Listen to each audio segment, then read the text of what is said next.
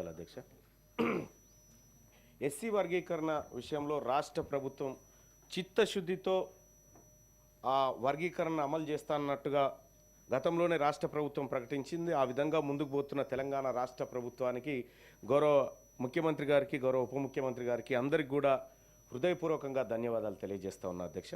అయితే ఇక్కడ ఒక చిన్నది ఏంటంటే అధ్యక్ష, ఈ ఎస్సీ వర్గీకరణకు సంబంధించి 3 కేటగిరీలు అనుకున్నారు అధ్యక్ష. ఈ 3 కేటగిరీల్లో ఈ డేటా తీసుకున్నారు. అంటే ఒక కేటగిరీలో ఎంతమంది జనాభా ఉంటారు, కేటగిరీ 2లో ఎంతమంది ఉంటారు, కేటగిరీ 3లో ఎంతమంది ఉంటారు అనేది క్లియర్గా డేటా తీసుకున్నారు. అయితే ఈ తీసుకున్నటువంటి డేటా 2011 జనాభా లెక్కల ఆధారంగా తీసుకున్నటువంటి డేటా అధ్యక్ష. సో ఈ అంశాన్ని ఇట్లా పెడదాం అధ్యక్ష.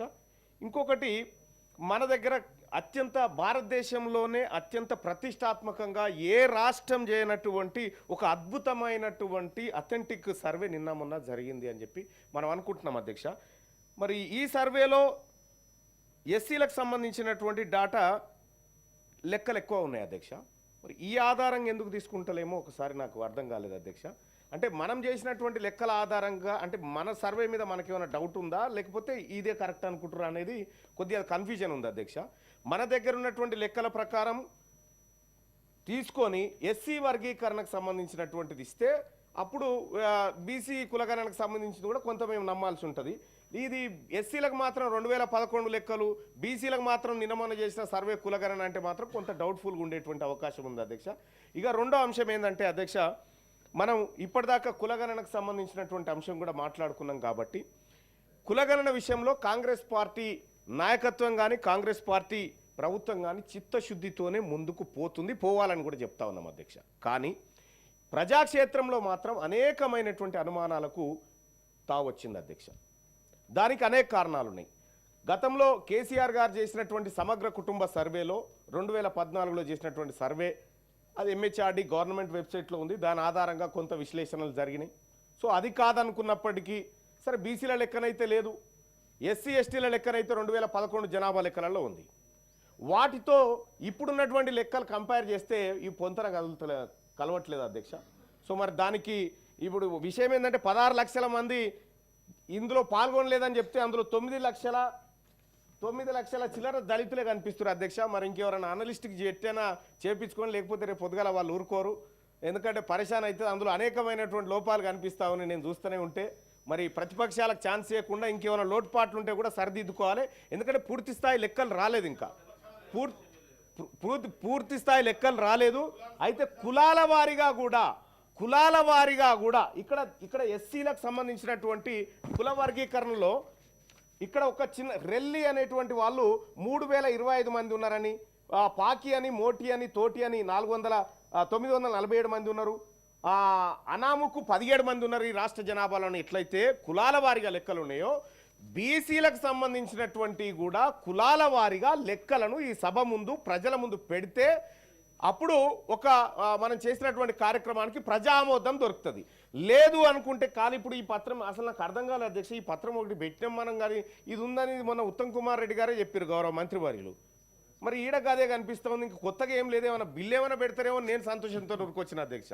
ఇక్కడ బిల్లు కనిపిస్తలేదు, ఏం కనిపిస్తలేదు, మళ్ళీ గదే ఉంది కథ.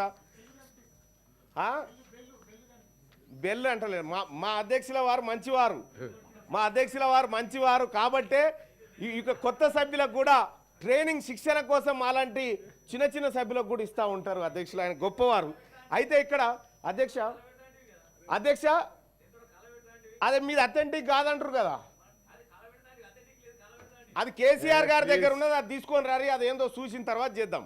2014లో కేసీఆర్ గారికి చేసినటువంటి సమగ్ర కుటుంబ సర్వే ఏదైతే ఉందో అది అథెంటిక్ కాదని చెప్పి ఇప్పుడు ఆ నాయకులు చెప్తున్నటువంటి మాటని వాళ్ళు ఎక్కడ సభలో ప్రవేశపెట్టలే, ఎక్కడ పెట్టలే. పైపెచ్చు 33% రిజర్వేషన్, బీసీలకు దక్కిన రిజర్వేషన్ 23%కి పట్టుకొచ్చి ఇవాళ తెలంగాణ రాష్ట్రంలో బీసీ జెడ్పీటీసీలు, ఎస్టీ జెడ్పీటీసీల కంటే చాలా తక్కువ కిందికి తీసుకొచ్చినటువంటి మహనీయుల గురించి ఇప్పుడు నేనేం మాట్లాడాలి సార్? అందుకోసమే మాట్లాడాలనుకుంటే అధ్యక్ష, రేపు ఈ చేసినటువంటి సర్వే, ఈ చేసిన మనసులో ఉన్నదే మాట్లాడుతున్నాం. ఎల్ఓపి గారు దయచేసి ఆయన మనసులో ఉన్నది మీ మనసులో ఉంది, నేను మాట్లాడాలంటే ఎట్లా సార్? ఇప్పుడు నేను ఏమంటున్నాను సార్, కనీసం తెలంగాణ రాష్ట్రంలో అధ్యక్ష సమగ్ర కుటుంబ సర్వే చేసినటువంటి వాళ్ళు తెలంగాణ రాష్ట్రంలో పందులు ఎన్నున్నాయో చెప్పారు కానీ బీసీలు ఎంతమంది ఉన్నారో చెప్పలేదు అధ్యక్ష ఇప్పటి వరకు. పందులు ఎన్నున్నాయో చెప్పారు కానీ ఈ రాష్ట్రంలో కుక్కలు ఎన్నున్నాయి, నక్కలు ఎన్నున్నాయో లెక్కలు చెప్పినటువంటి వాళ్ళు ఇవాళ కాంగ్రెస్ పార్టీ ప్రభుత్వం బీసీల లెక్కలను తీసుకొచ్చి మా ముంగడ పెడతా ఉంటే పాపం ఆపోజిషన్లో ఉన్నటువంటి నాయకులు తీన్మార్ మల్లన్న గారు కూడా ఎస్ నా ప్రభుత్వాన్ని నేను స్వేచ్ఛగా అడుగుతా ఉన్నా 2011 లెక్కలు ఎస్సీ వర్గీకరణ కోసం తాజాగా బీసీల కోసం ఈ లెక్కలు ఎందుకు తీసుకుంటున్నారని నా ప్రభుత్వాన్ని నేను అడుగుతా ఉన్నా. నా ప్రభుత్వానికే మనం చేసిన సర్వే మీద నమ్మకం ఉందా లేదా అనేటువంటి విషయాన్ని స్పష్టంగా అడుగుతా ఉన్నా. సరే, ఇక్కడ మనం గమనించాల్సినటువంటి అంశాన్ని ఒకసారి చూస్తే అధ్యక్ష, ఇవాళ బీసీలకు సంబంధించి కేవలం సర్వే చేసినాం, మా దగ్గర లెక్క ఉంది, ఆ లెక్క ఆధారంగా మేము చేసుకుంటూ పోతామంటే కుదరదు అధ్యక్ష. ఈ బీసీలో ఉన్నటువంటి దాదాపు 135 కులాల వారీగా లెక్క, గ్రామాల వారీగా లెక్క, వార్డుల వారీగా లెక్క మా ముందు ఉంచాల్సినటువంటి అవసరం ఉంది అధ్యక్ష. మనం కూడా ప్రభుత్వం కూడా ఏదైతే 3.1% ఏదో మిస్ అయింది, ఆ మిస్ అయింది కంప్లీట్ చేస్తేనే ఇది స్పష్టమైన దేశానికి ఆదర్శవంతమైన సర్వే అవుతుంది. అది వదిలిపెట్టమంటే అది స్పష్టత లేదు, అది ఏమీ లేకుండా పోతుంది. కాబట్టి ఆ మిగతా వాటి కోసం కూడా రాష్ట్ర ప్రభుత్వం చర్యలు తీసుకోవాలి. సో నేను కూడా రిక్వెస్ట్ చేస్తా ఉన్నా, మీ నాయకుడిని సభకు పట్టుకురాకపోయినా పర్వాలేదు, సర్వేలో నన్ను పాల్గొనవలసిందిగా మీ నాయకుడిని మీరు చెప్పాల్సిందిగా మేము కోరుతా ఉన్నాం. సార్ అధ్యక్ష, ఫైనల్గా ఒక మాట అధ్యక్ష కంక్లూడ్ చేస్తా. బీసీలకు సంబంధించినటువంటి అధ్యక్ష, ఈ బీసీలకు వెనకబడిన తరగతులు మేము క్యాస్ట్ కాదు అధ్యక్ష, క్లాస్. మేము బిగ్ క్లాస్, బీసీలం అంటే బిగ్ క్లాస్ అధ్యక్ష.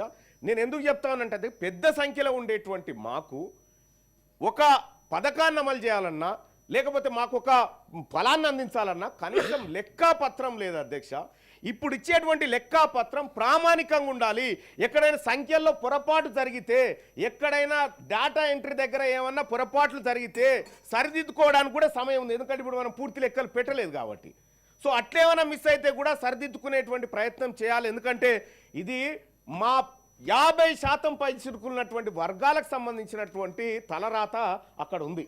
ఆ తలరాత కరెక్ట్గా ఉంటే మా జీవితాలు మారితే, ఆ తలరాత బరాబర్ ఉండాలని చెప్పి కోరుకుంటా ఉన్నాం అధ్యక్ష.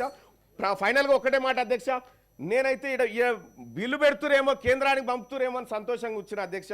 మరి మళ్ళీ అది ఎప్పుడు పెడుతురో, మళ్ళీ ఎప్పుడు రావనో, ఆ పెట్టినప్పుడు మా బిగ్ క్లాస్ వాళ్ళకి ఎక్కువ సమయం ఇవ్వాలని కోరుకుంటున్నాను.